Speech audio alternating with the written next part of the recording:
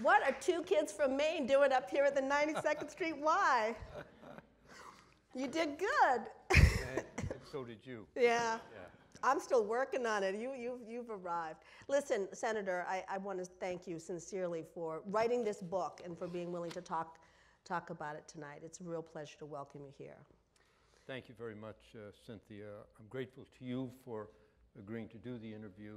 I'm grateful to the 92nd Street Y for having us here. I live in this neighborhood, and I've appeared here speaking a few times in the past, and as a customer out in the seats, watching and listening a few times as well, so I'm very grateful for that. Your introduction was very generous. As you might expect, I speak often. This is the third time today that I'm speaking, and so I've heard myself speak so much that for me, the highlight of the evening is the introduction. Cynthia, we can only go down. I want to take you with me on my tour around the country, but it's nice to hear generous things said about you. There is a risk, however, if you hear it often enough, you might begin to believe it. And so I like to begin by telling a story about introductions and how I was brought back down to earth. I spent 5 years working on the Northern Ireland peace process, coming and going, and a lot of the time there.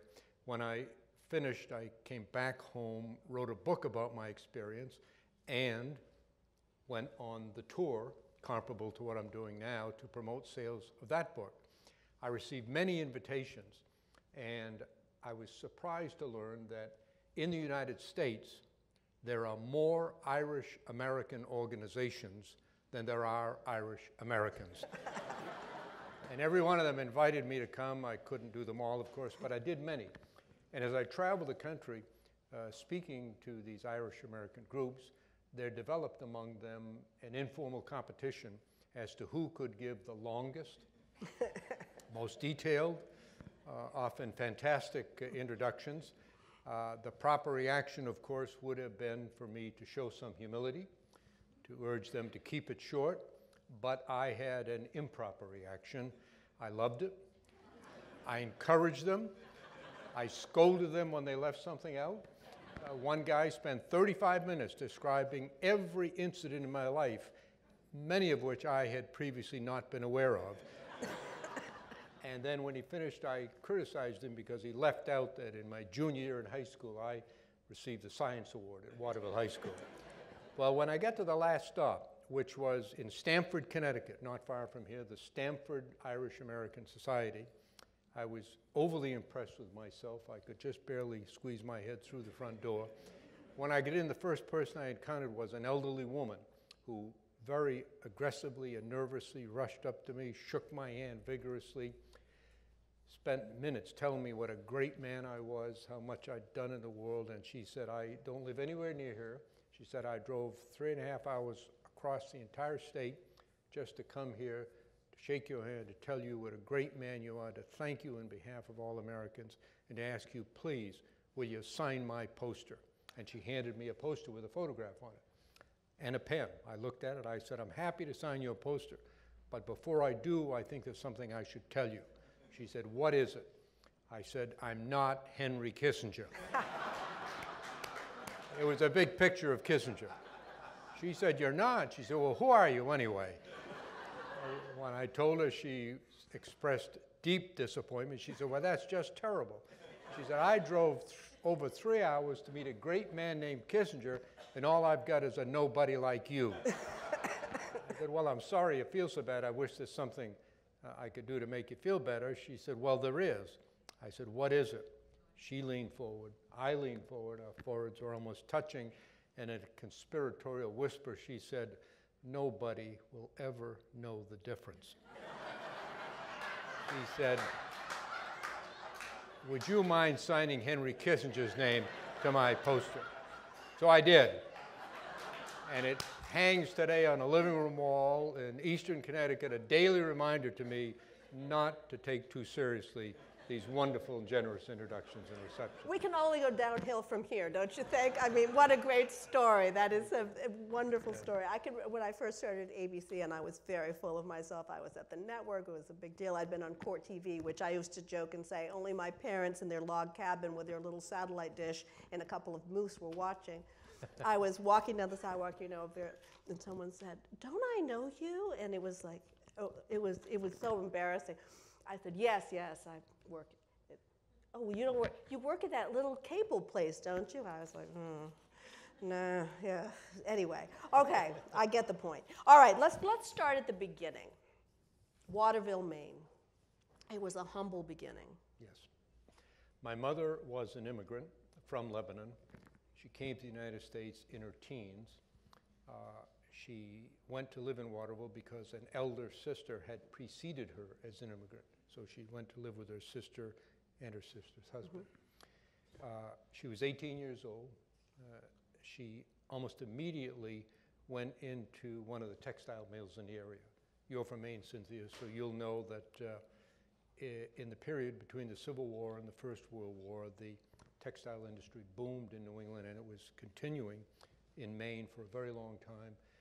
Laborers were much in demand, and most of them were immigrants, primarily from Quebec, French-Canadian immigrants, but also many from other parts of the world. And so she worked 50 years on the night shift in textile mills her entire life. She never did learn how to read or write. My father was the orphan son of Irish immigrants. His parents emigrated from Ireland. He was born in Boston, but he never knew his parents. Father died, mother died, father couldn't care for the children. So he was raised in an orphanage in Boston, where after several years he was adopted by an elderly, childless couple from Maine.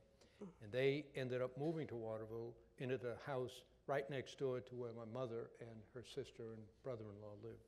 That's how my parents met. My father left school after the 4th grade, started at the age of 10, a very long life of hard labor, ending up as a janitor at Colby College in Waterville. Although my parents had no money and certainly no status, they did have a motivating dream. And it was, as with many immigrants, that their children would get an education and would be able to lead a better life than they'd been able to lead. And their dream was realized. So although my parents died penniless, in their minds they were wealthy because each of their 5 children did go on to college and to lead lives that literally would have been unimaginable for my parents. And I credit that to them. I wrote the book in part as a tribute to my parents, but also to my good fortune in being born and raised in America. I believe this country does represent freedom and opportunity.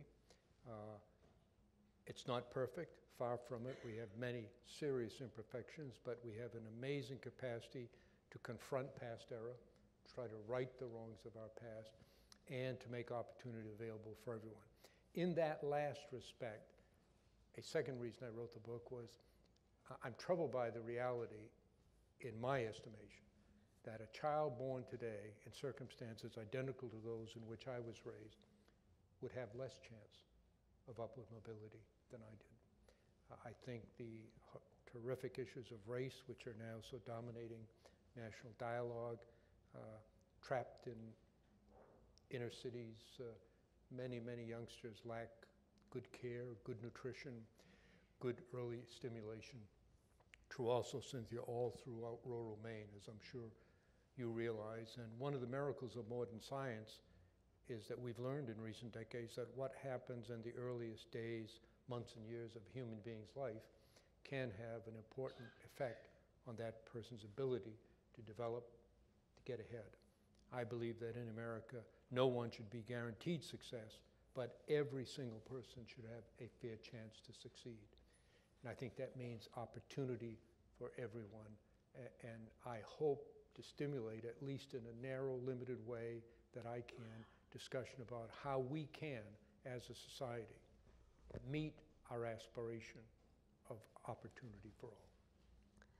And you've done a lot in Maine to try to see that. There's the Mitchell Scholars, which in fact encourages first-generation college students. It does. Yes, I started a scholarship program when I left the Senate. We now give out a scholarship every year to a graduate from every high school in Maine. 160 high schools? 140. 140. Among the criteria are needy. It's not the only one. Need is one. And so 2/3 of our scholars are the first member of their family ever to go to college. And I might say that they work hard. We have a completion rate of almost 90%. The national average is 50%. Those who enter college leave. And 90% of our students get all A's and B's in college. They work hard. They understand that they have an opportunity that their family didn't have, and they make the most of it. So it's really, to me, one of the most meaningful things I've ever done. There's a story you tell in the book about your father, which is, I can't get out of my head, how he lost his job, right, and what that year of unemployment was like for him and for you. Yes. I was a senior in high school. I was very young. I graduated from high school at the age of 16, naive, insecure, uncertain about the future. My 3 brothers had gone to college, 2 on athletic scholarships, 1 as part of a naval aviators program at the tail end of World War II. And it seemed like I would not be able to go because my father lost his job. He was 50 years old. He had never been out of work since the age of 10. And the job that he had was abolished by the local utility, and he couldn't find another job. He was out of work for a year, and it very nearly killed him and destroyed our family. He became increasingly depressed. He lost his sense of self-esteem. It was extremely difficult. He tried so hard and just couldn't somehow live with the fact that he was unable to get a job after spending his whole life working. I didn't comprehend it fully, and so we had a difficult time. After clashing often, we lapsed into a silence. We didn't talk for a long time. Our eyes never met. And then finally, after a year, he got a job as a janitor at a local school, and he was so thrilled that you'd have thought he'd become the president of the college. And it just transformed our lives. He had been slouching, his eyes had been misty, he'd been moody. Now all of a sudden he stood straight again, his eyes cleared, his health and everything about him changed. So I learned from that experience that there is self-worth in every human, and there is dignity in every form of work. He was a janitor, but he was proud of it. He was working, and he brought excellence to his work, and as a result, it saved his life.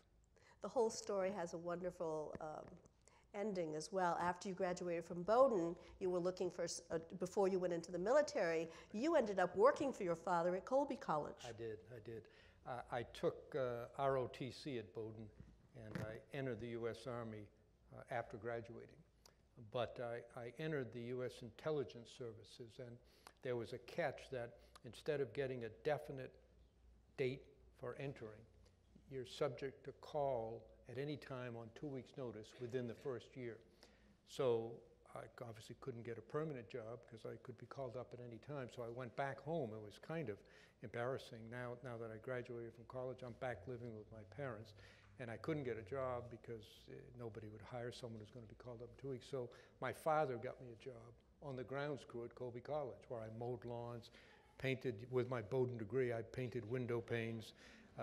And my father's great delight was whenever anybody came within shouting distance, he would say, "See that kid over there? He just graduated from Bowdoin. That Colby has reached such a state of excellence that you need a Bowdoin degree to get a job mowing lawns at Colby." Now, I tell that story a lot at Colby, but not often at Bowdoin. I was going to say, as we're both graduates of Bowdoin, yeah, watch it. I want to say as a mother, and for all of you mothers in the audience, the last page of your book is so touching. It's a picture of your mother. Read it to us, what the caption says. Her eyes conveyed the transcendent beauty that came from within, a heart filled with love, and a life lived to help others. All that I have done, All that I am, I owe to my mother, the most influential person in my life. And I'd like to add to it what I said on the preceding page. She had little formal education. She couldn't read or write English and spoke it with a heavy accent. She worked her entire adult life on the night shift in a textile mill. But she was generous and loving, strong and wise, and she understood clearly the meaning of America. Pretty great.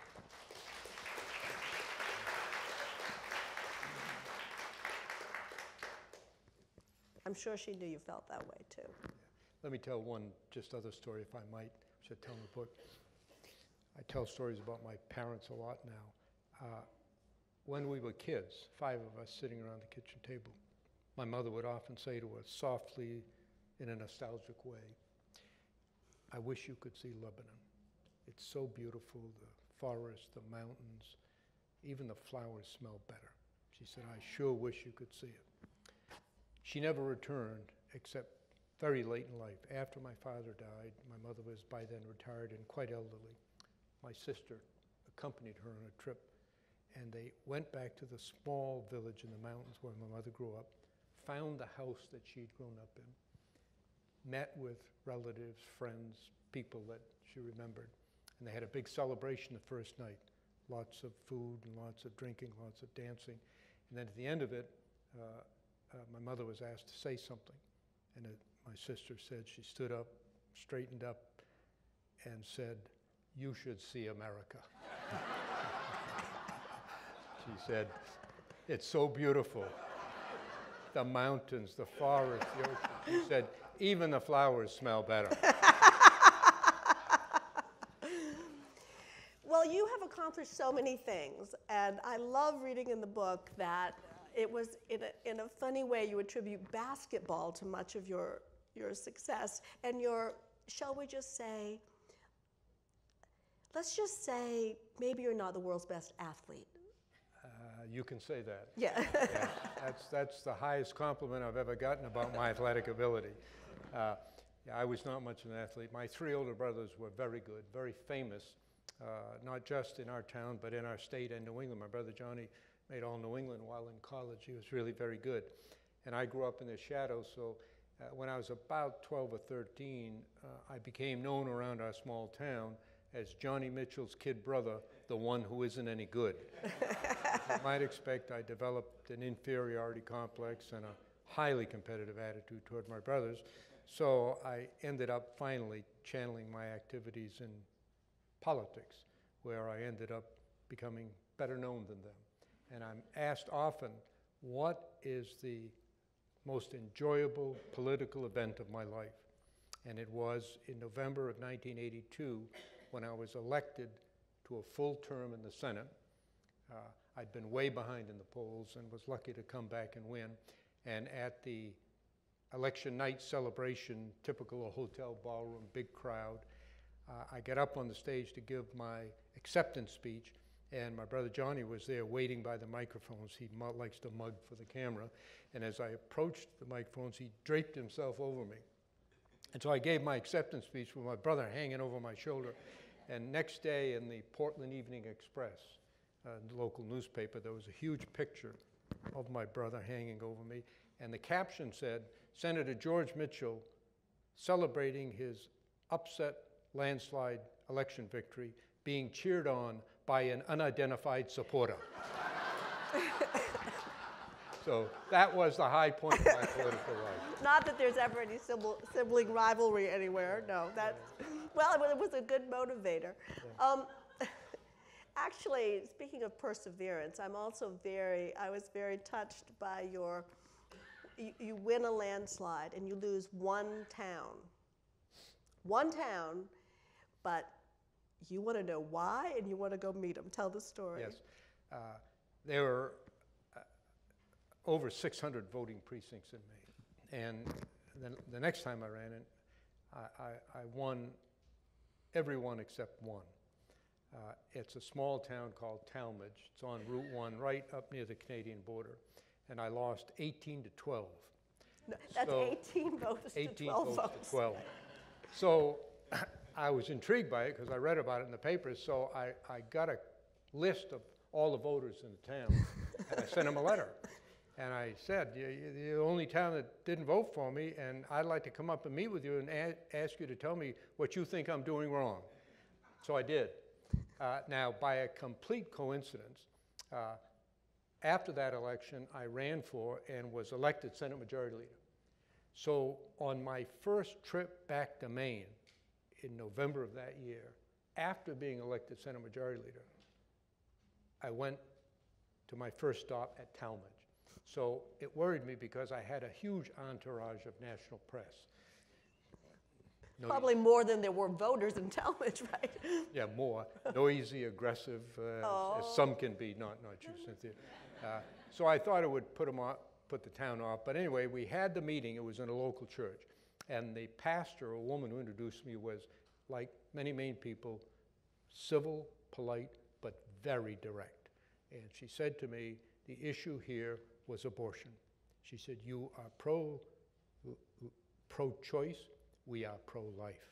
And so I get up and I said, look, I know you disagree with me, but I would like to explain to you my position so you can at least understand why I believe and act as I do. I'm not trying to persuade you, I'm just trying to.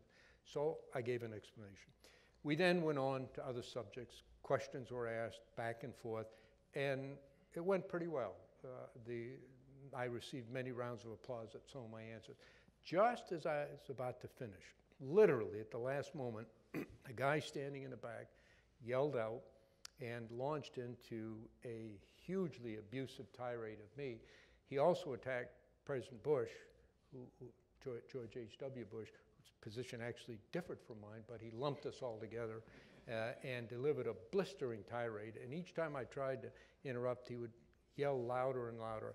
And finally he said, you and Bush are a couple of pimps and prostitutes.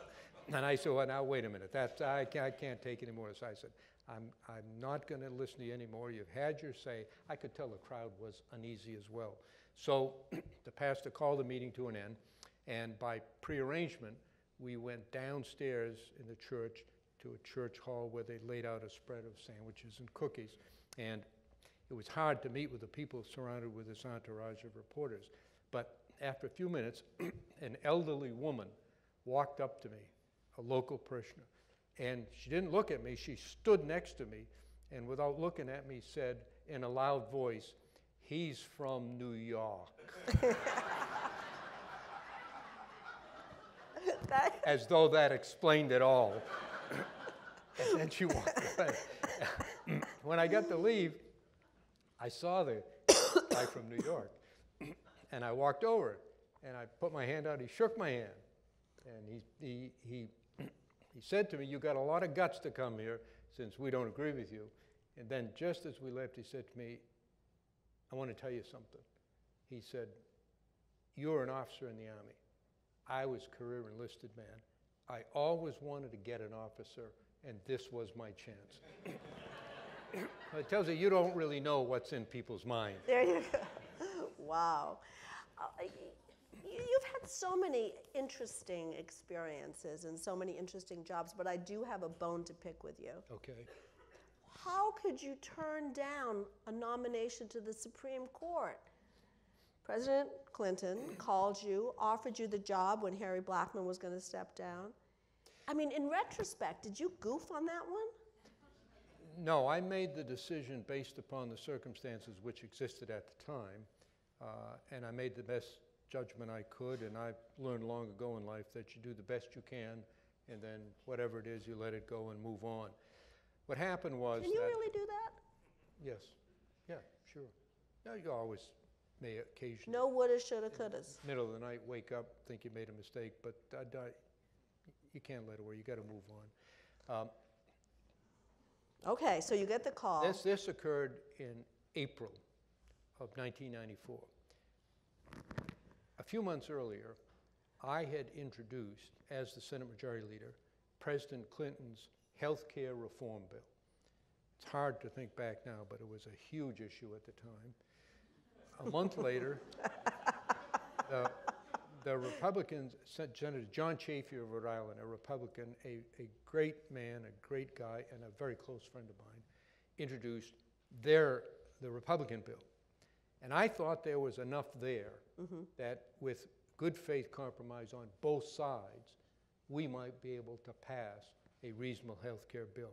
The biggest difference was that in President Clinton's bill, there was an employer mandate, a requirement that all employers, other than small employers, have to provide their employees with insurance. The Republicans were adamantly opposed to that. So they came back with their alternative, which was the individual mandate. That is, don't require the employers, require each individual. And I thought in discussions with Chafee, maybe we can make a deal where we take the individual mandate and you make some other concessions. He was a little more skeptical, but he was serious about it. It's exactly at that moment that the president called me about the Supreme Court. Justice Blackmun announced his retirement. And I said to the president, look, I said, the truth is, I'd love it. For a lawyer, a judge, it's the pinnacle of success. But we have a reasonable chance to get a health care bill. I'm the sponsor of the bill. I'm the majority leader. I've led the effort on it. I think we have a chance to get a compromise with Chafee and some Republicans. And you can always get another good lawyer to do this. There are plenty of them around. So I'm going to stay and get this health care bill. Now, I was wrong in that calculation, but the motive was the right one.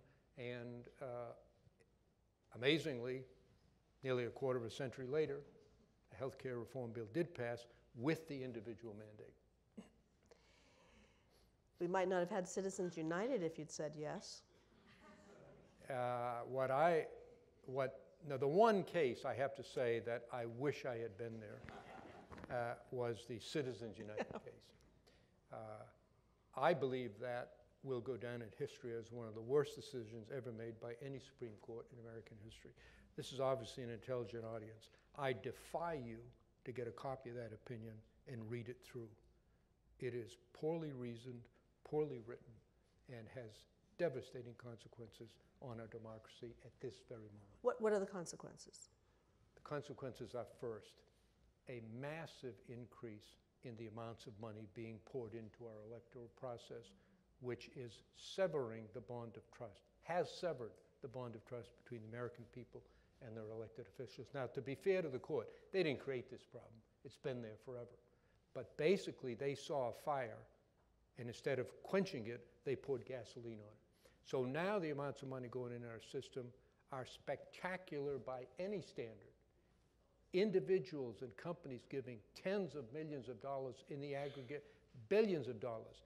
And as a consequence, one of the things that's happened, not intended by the court, but has happened, is that lawyers and accountants have figured out ways to prevent disclosure of those who are making these contributions. So we're getting the worst of both worlds. We're getting massive sums of money coming into the political system without knowing who's giving the money to which candidate. And I can't see because of the lights, but I'm going to ask the question anyway. I asked this question all over America to audiences across the country, diverse group, business, students, others. Who here believes that in the United States Congress, your representative is more responsive to his or her constituents than to his or her donors? Don't see any hands. This is about what we get. No, not a hand. The first, and still one of only 2 or 3 person to ever raise a hand on that was in Washington about a year ago when a woman raised her hand. And after the event, I went up to her, I said, look, I don't want to embarrass you, but you're the first person in America who's raised her hand at that question. So I have to ask you, can you explain it? She said, it's very simple. My husband is a member of Congress. That was it. Is that true? That's true. That's a true story. I know her name and I know her husband. And the fact of the matter is that the important corruption is the corruption of democracy because the people don't have faith in the process and in their representatives. And that faith is necessary to some degree for success in a representative democracy. Amen. Yeah. We got to change it, and to be perfectly blunt, the only way that's going to change if the Supreme Court changes. Is that the only way it'll change? I mean, because they're going to have to Yeah, figure out a that's way to back down. It changed to this court by the result of elections, and it's going to change to another court by the result of elections. Speaking of elections, we're gearing up for a big one. Yes. Will Hillary Clinton be the next president? Well, somebody over here thinks so. She will, I think, highly likely be the Democratic nominee. I think there are several Republican candidates who will be strong. Who's going to be the Republican nominee? We're going to hold you to this. What do you think? I can't. Come on, it's just us. No. As a Democrat, I have to say the Republicans recently have had a good record of snatching defeat from the jaws of victory, and we'll have to watch and see what happens in this election. Whether we can, I mean, it's not much for us to count on, but do you think it's helped us in the past. Do you think it's going to be Bush versus Clinton? I think it's going to be a very, very close election, general election. I honestly don't know what's going to happen in the Republican primary. Look, these candidates have to appear, they have to speak, they have to meet people, they have to answer questions, they have to express themselves. This stuff isn't preordained. Thank goodness for me. My first campaign, I was 36 percentage points behind a year before the election. So if you'd ask someone a question about my race, well, they say, we know the answer to that. The answer's not in. The candidates have to perform. I think it'll be very close in the general election, likely Hillary Clinton for the Democratic nominee. We don't know yet, the Republican. But you know, in fairness, when you were running, it was a very different world, precisely for one of the reasons you just outlined. The difference in money, and also the sort of overall comedy, not comedy, yeah. but yeah. Congress is viewed by most Americans now as completely ineffectual. Yeah. Which is unfortunate. Unfortunate for the members of Congress, unfortunate for the public, and unfortunate for the future of our country. By complete coincidence, I talked by telephone with Bob Dole today at some considerable length. And in my book, I recount that when I was elected Senate Majority Leader, one of the first persons I called was Senator Dole, who was the Republican leader. And I went to see him, and I said to him, you've been here a long time, I'm fairly new, but I know enough to realize that if the leaders don't trust each other, the Senate can't function. So I said, I've come here to tell you how I intend to behave towards you and to ask you if you would behave toward me in the same way. And I set forth the most simple standards of decency, fair play, honest relationship. He was thrilled. He was delighted. He shook my hand. To this very moment, not once ever did a harsh word pass between Bob Dole and me in public or in private. We disagreed every day. We debated hundreds of bills. Sometimes we could reach a compromise, sometimes we couldn't, and that was decided by the Senate. Sometimes he prevailed, sometimes I prevailed, but we didn't make it personal. And we understood that every elected official in this country has a higher obligation to the country. That's the first obligation. I was the Democratic leader in the Senate. I was the leader, in effect, the manager of the full Senate. And those were important responsibilities we were tried to meet, but they were secondary to the primary commitment and obligation to the national interest and the people of the country. So what's gone wrong? Well, money's part of it. Redistricting is a big part of it, a very big part of it. Technology enables us to do some great things in our lives, but technology can be used for negative purposes as well, as we see every day in the news. I think that in this case, technology has enabled redistricting to be far more partisan and far more precise than ever in American history, with a result that in the House of Representatives, of the 435 seats, all but about 50 have already been decided. That is, we know now that in about 380 of the seats, it'll be a Democrat or a Republican that's won because the districts are configured. You see that screen up there? There's a political scientist, a female professor at a college that I heard her speak one time, and she put up on the screen a group of congressional districts, and she said Rorschach could never have done this well in his wildest dreams, and that's the way it is. And so the result is guaranteed, which means that the pivotal moment in election to the House of Representatives is not the general election. It is the primary. And we all know that in this country we have a dismal record of voter participation, 50 to 60% in presidential races, far less than that in congressional races, in general elections, and far, far less than that in primaries or nominating caucuses. So what it means is that the small number, numerically, of rigid, intensely partisan people in both parties on both sides have a hugely disproportionate influence on the nominating process, because very few members of the public participate in the nominating process. And that means that the candidates now don't worry about the general election. That's a foregone conclusion. They've got to win the primary. And to win the primary, they have to appeal to the most intense, ideological, and rigid members of their party. So you're saying by the time they get to Washington, they're not in the mood to negotiate or legislate. That's exactly right. I watched a House member, a House Tea Party member, stand up and say that compromise is wrong. It's against any form of compromise. It's bad. They equate it with lack of conviction or strength. In fact, here we are, a country of 315 million people, huge, diverse. The notion that any individual or group can get his or her way all the time in governing the country is a fantasy. You have to be able to compromise. You have to listen to other people's points of view.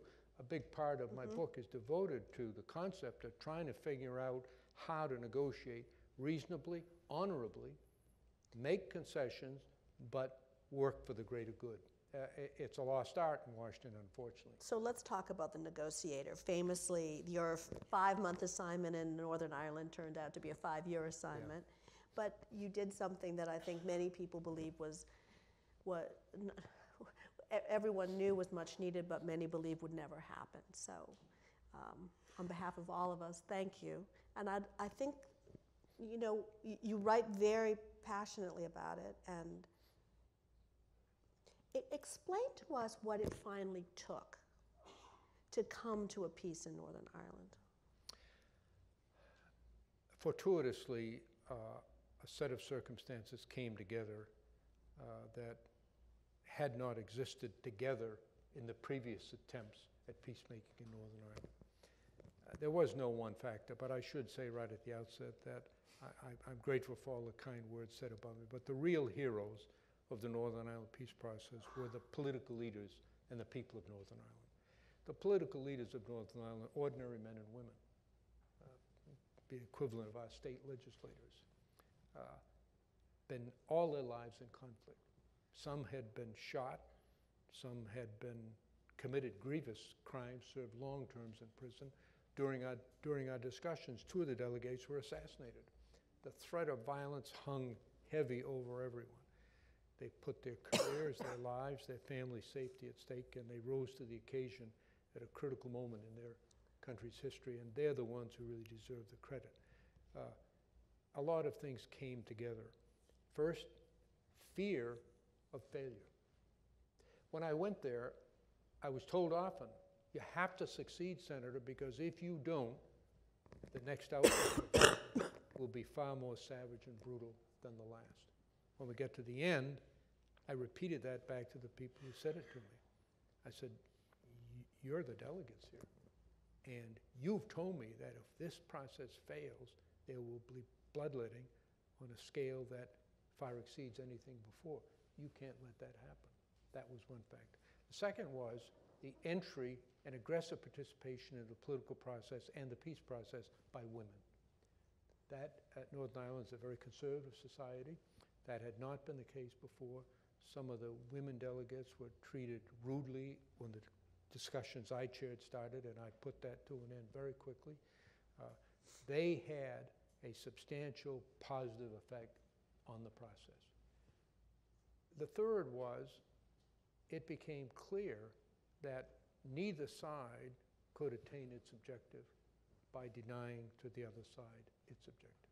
There had to be a recognition of the morality and validity of the ultimate objective of each side. A recognition and an acknowledgement of that, coupled with a commitment to achieve those objectives by democratic and nonviolent means. And so we took what they had as their highest objective, and we said, yes, that's valid. There's nothing wrong with it. But the way to achieve it is not by bombing and killing. It's by voting and getting into a democratic process. It's easy to say these things, very hard to accomplish it in an atmosphere of overhang of violence with tremendous grievances on both sides. But ultimately, those and other factors came together. And one final important point. On the very first day of the negotiations, I said to the negotiators, I have not brought with me an American peace plan. There is no Clinton plan, there's no Mitchell plan. I said, if we ever do reach an agreement, it will be your agreement. I said, this is your process. And when this is over, I'm going home. You're going to have to live with the consequences.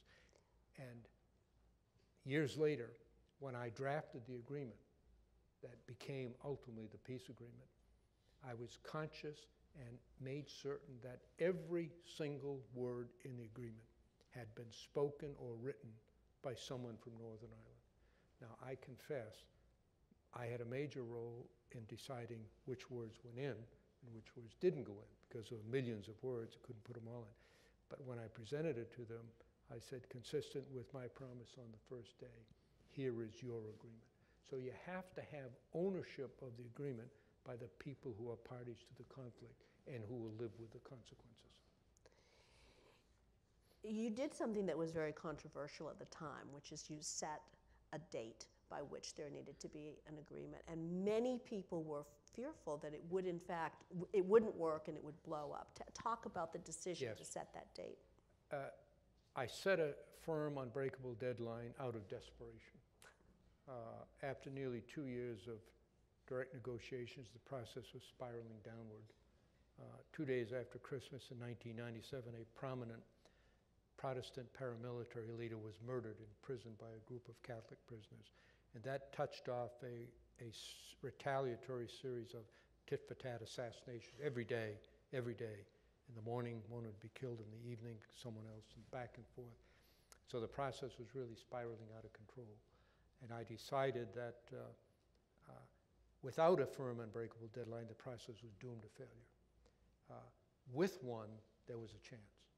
And so it was on a flight from Dublin back to New York that I wrote out longhand on a legal pad a plan for 2 intense weeks. I established a goal for every single day with the conclusion of getting an agreement by a time and date certain.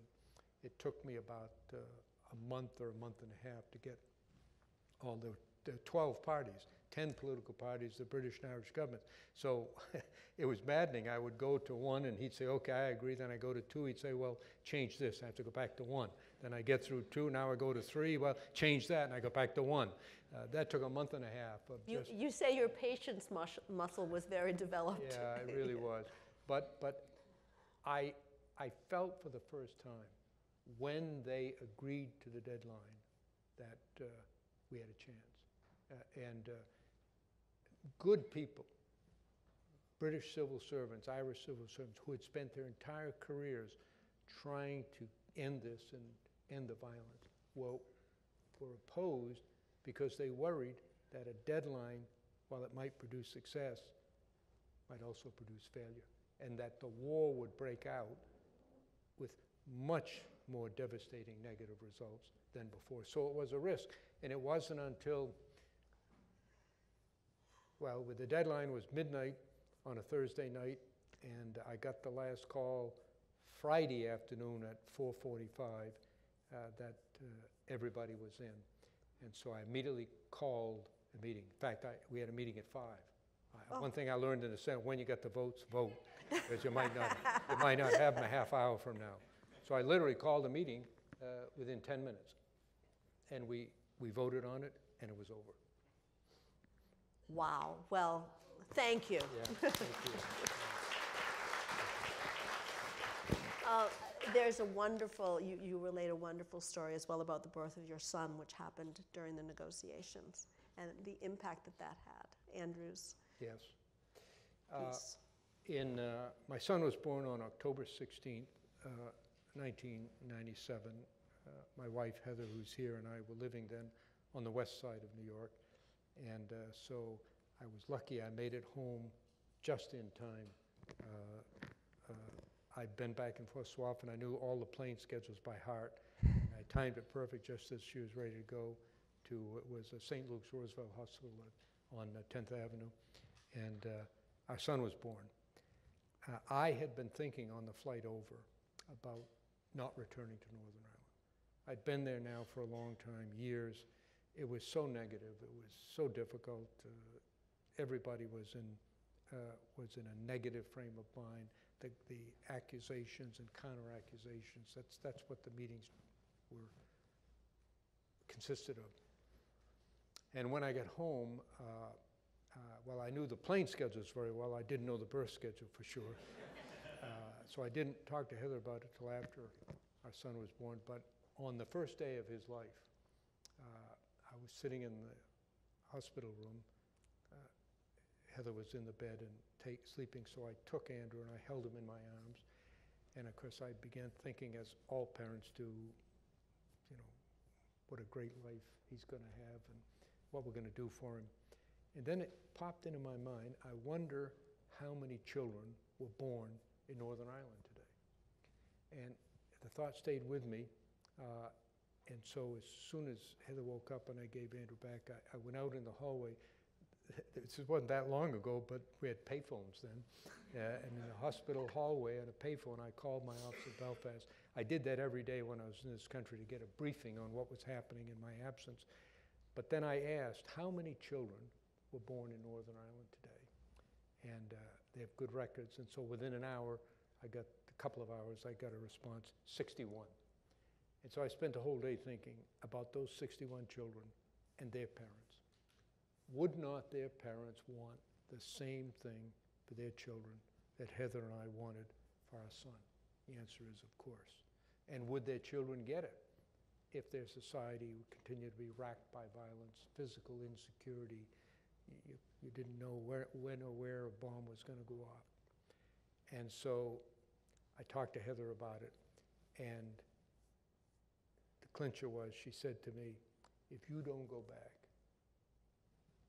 and the war breaks out again, you'll never forgive yourself. So she urged me to go back. So thank you, Heather. Yeah. And as a new mother, that was even more than good. That was a toughie. So that was.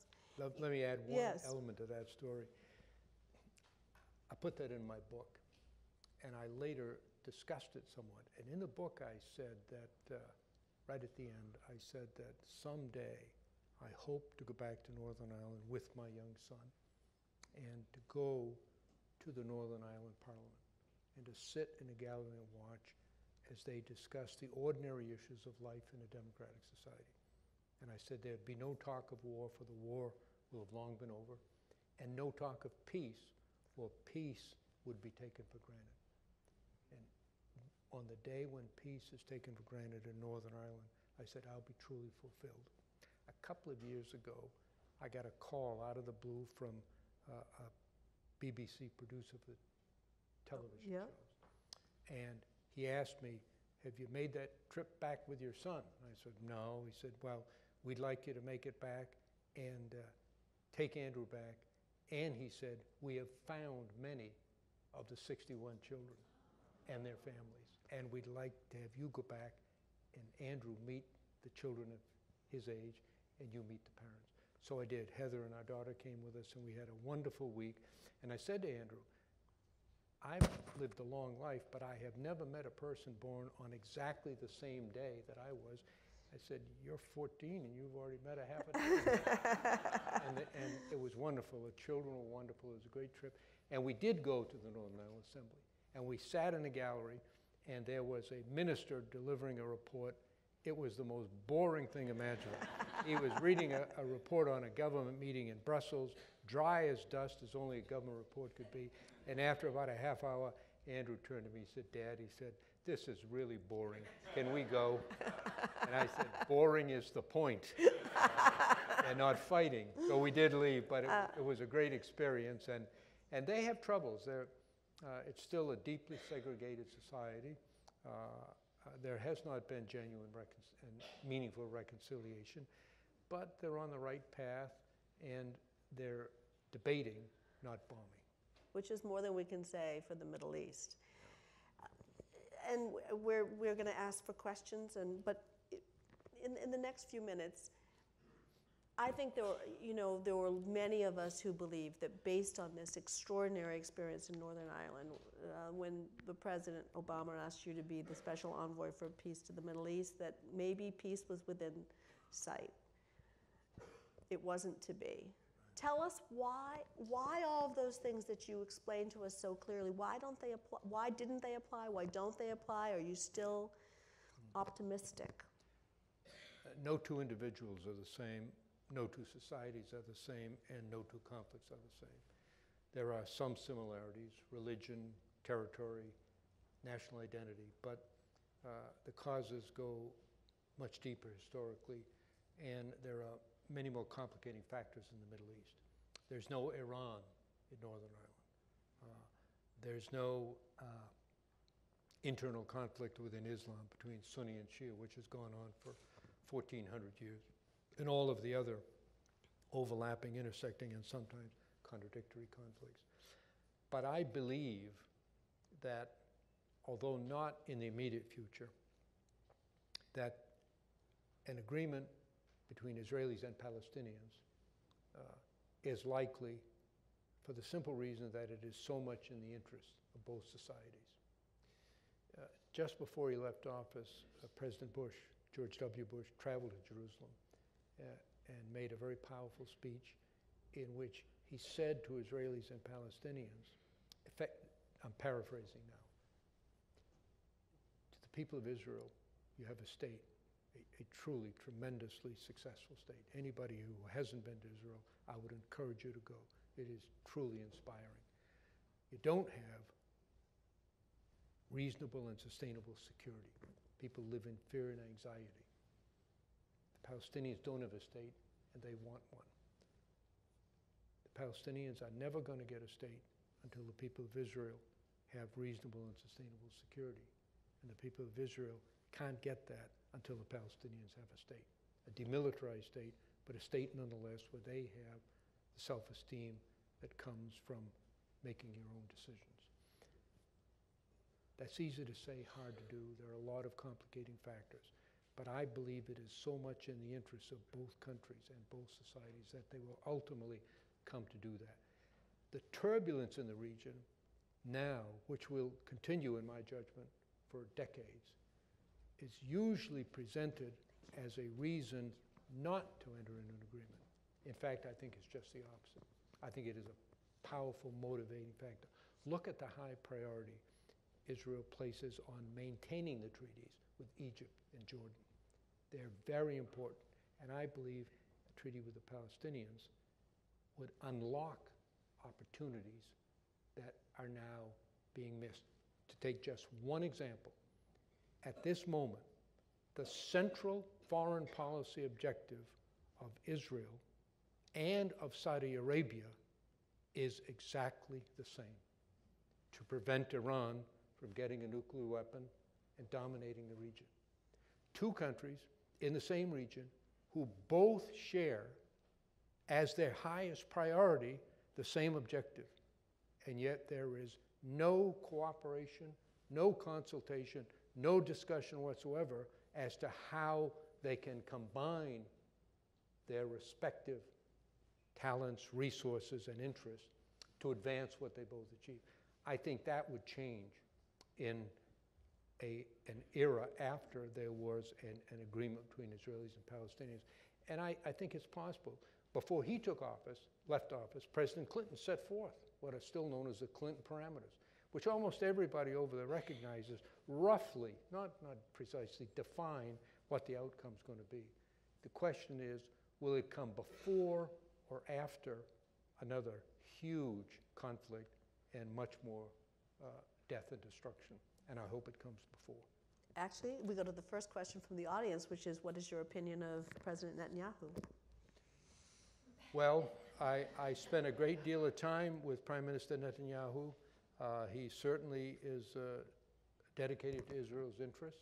He has been elected now several times, and therefore plainly represents the wishes of not the majority, but although his party was a minority, he was able to get a coalition of other parties. They have a very fractious system with many parties. We had many disagreements on issues, but I don't doubt his commitment to the safety and security of the people of Israel. I don't agree with him on some issues. Right now, the effort our president's trying to achieve with a negotiation with Iran, I happen to agree with our president's position. I disagree with Prime Minister Netanyahu's position, but he's obviously concerned about. But is the Prime Minister stirring the pot? Is the Prime Minister stirring the pot, do you think? Is he making the situation hotter, not cooler? Well, he's representing his country's interests, what he perceives to be his country's interests. Now, I think he'd be much better off if the president is able to get an agreement with the Iranians that does prevent them from getting a nuclear weapon. Look, this leads into Iran, so let me take a moment on that. Iran must not, and I believe will not, get a nuclear weapon. I think it would be not only a direct threat to Israel, it would probably wholly undermine the nuclear non-proliferation effort, which has gone on for several decades, led by the United States, and which has been remarkably successful. 9 countries have nuclear weapons. Dozens of countries have the capacity to produce nuclear weapons, but voluntarily refrain from doing so in reliance upon the United States and the Non-Proliferation Treaty. Now, if Iran gets a nuclear weapon, Egypt, Turkey, Saudi Arabia, United Arab Emirates, you get on the list, they have already said, in fact, they're all obviously planning. The Saudis have said, whatever Iran gets, we're going to do. And so it would, I think, undermine the treaty, the Non-Proliferation Treaty, and I think that would spread to Asia and other parts of the world, contributing hugely to instability. So they're not going to get a weapon. You can achieve that one of 2 ways, by negotiation or by war. Those are the 2 alternatives. Now, it seems to me common sense to say, well, let's try to get an agreement through negotiation before we resort to the tactic of war. When the president entered into the interim agreement in November of 2013, Prime Minister Netanyahu and many American critics harshly criticized it, said it was a failure, 100% concession to Iran. Iran will never agree to these interim provisions. Iran has agreed with every single one, complied with every single one, verified by the International Atomic Energy Agency, to the degree that some of the president's congressional critics, when asked what's your alternative, they say, continue the interim agreement, which they were opposed to when it was announced. Now, their answer is pull out, stop talking, increase the sanctions, because it's the sanctions that got Iran to the table in the first place. That's true. Sanctions and low oil prices and the devastating effect on their economy. The problem with that argument is the sanctions are effective because they are international. This is not just the United States on one side of the table and Iran on the other. It's the United States, China, Russia, Britain, France, and Germany. They are all enforcing the sanctions. There is no record of U.S. exclusive sanctions being effective in any circumstance. They have to be international, and China and Russia have already made clear that if we walk out of the talks, they're not going to increase the sanctions, they're going to end the sanctions. And it's almost certain, in my judgment, that France, Germany, and Britain would follow. So we would be left with U.S. sanctions, which would be ineffective, and then the choices would be 2, a nuclear-armed Iran or a war to prevent that outcome. It may come to that. It may come to that, but we should exhaust every opportunity to get it through agreement. In my judgment, the jury is still out, because what we have to have are strong verification provisions in the treaty, strong verification provisions to make sure that Iran does what it says it's going to do. The Ayatollah Khomeini has said many times Iran does not want a nuclear weapon, but the actions of his government directly contradict his words. So an agreement based on trust is and should be completely out of the question. So the negotiations now are focused on the verification provisions. What assurance do we have that they will in fact do what they say they're going to do, and the timing of the lifting of the sanctions? The United States position, and I think it's ultimately will prevail, is that the sanctions will be lifted as Iran complies with its commitments, not before. That's a contentious issue right now. But I don't think you can say we're going to lift the sanctions and you go do this, this, and that over the next 5 years. They have to act, then the sanctions are lifted. As they act, the sanctions will be lifted. The sanctions are not to be lifted in a time-specific, but rather in an event-specific way. And I think if those issues can be satisfactorily resolved, it makes a great deal of sense to go ahead. If they cannot be, then we're left with the alternative, which the president's opponents don't want to talk about because it's going to be so devastating. A war with Iran is a very, very serious thing. Devastating in the Middle East and devastating in our own country. Speaking of the president, what do you think about President Obama's skills as a world leader? This audience is tough. Yeah. Look, the president campaigned saying he would end the wars in Afghanistan and Iraq. And he's trying hard to end them, but he's finding out that it's a lot easier to get into wars than it is to get out of them. Mm-hmm. And what's happening in Afghanistan and Iraq ought to be a good lesson about getting involved in more wars in that region in the future. And believe me, there's going to be plenty of opportunity. It took 1,800 years following the birth of Christ for the world's population to reach 1 billion. 1,800 years. The most recent billion, the 7th, was added in 13 years. Mm. While the rate of growth has slowed, it's still dramatic. And right now, of the 7.5 billion people on Earth, 1 out of 5 is Muslim, 1.5 billion. When the population reaches 10 billion, sometime after mid-century, or close to it, 1 in 3 persons on Earth will be Muslim, 3.5 billion. To put that into perspective, that was the total population of the world as recently as 1970. Wow. Now, Islam is going through a period of turbulence and transition with the internal conflicts that I've described. Every religion has gone through some degree of internal tension and conflict, certainly Christianity over a very long period of time. And it's going to be a long time before that's sorted out. And we face a problem of burgeoning populations, massive numbers of young men, untrained, unequipped, lacking prospects. Many of them have never had a relationship with a woman. Deeply suppressed. What ISIS offers to these men, we can't understand it, but a job, self-esteem, which usually comes with a gun, and a wife. And so you have to try to view it from that perspective. ISIS will be defeated militarily, of that there's no doubt. But you got to get to the circumstances underlying this that lead to this. Hopelessness, despair, religious fanaticism growing out of circumstances in the region. We can't solve all the problems in the world, and we surely can't solve them by more wars. We should support those who share our values. We should be encouraging when we can, but we can't fight every war in the region. I just close with one more point. Let me have a good cough, just a second. Sorry. Better. Okay. I met with the leaders of about 24 countries. Mm-hmm. And you hear a lot of talk here about, Obama's United States is weak in the world. Right. Look, these foreign leaders criticize us. Netanyahu criticizes Obama. The King of Saudi Arabia doesn't like this or that.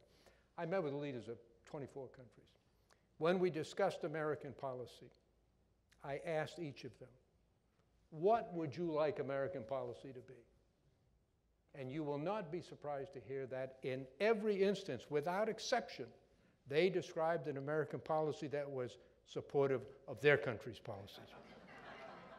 Now, why then should it be so strange that the United States bases its policies on its self-interest, not on others? And they all want us to fight their wars because they know that we have, by far, the greatest military capacity of any society in human history, both in absolute terms and in relative terms to other countries. And we've got to be very, very careful that we don't get drawn into fighting every war for everyone who has a dispute with a neighbor around the world. Doesn't mean we can't intervene. We will in some cases. Contesting ISIS is essential, should be done, will be done, they will be defeated.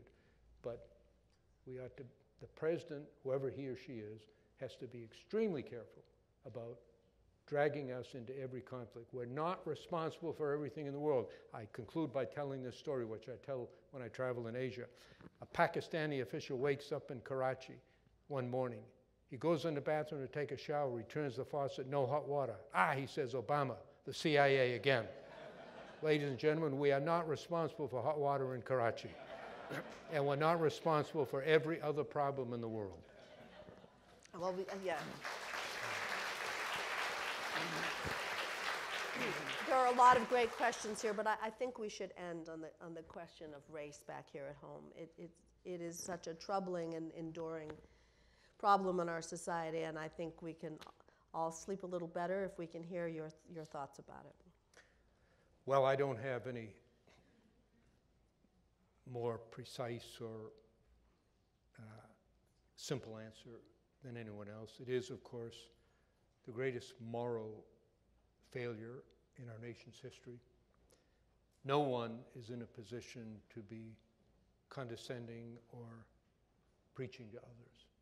I'm a Democrat, and for the first 150 years of our country's history, the Democrats were on the wrong side of this issue. Created, sustained a system which we all now regard as unsustainable. The men who wrote our Constitution, 45 of the greatest men in our country's history, to whom we all owe a great debt of gratitude, not only condoned slavery, they wrote it into the Constitution, a Constitution which we revere. Everybody, every one of us, is not in a position to preach to or condemn others.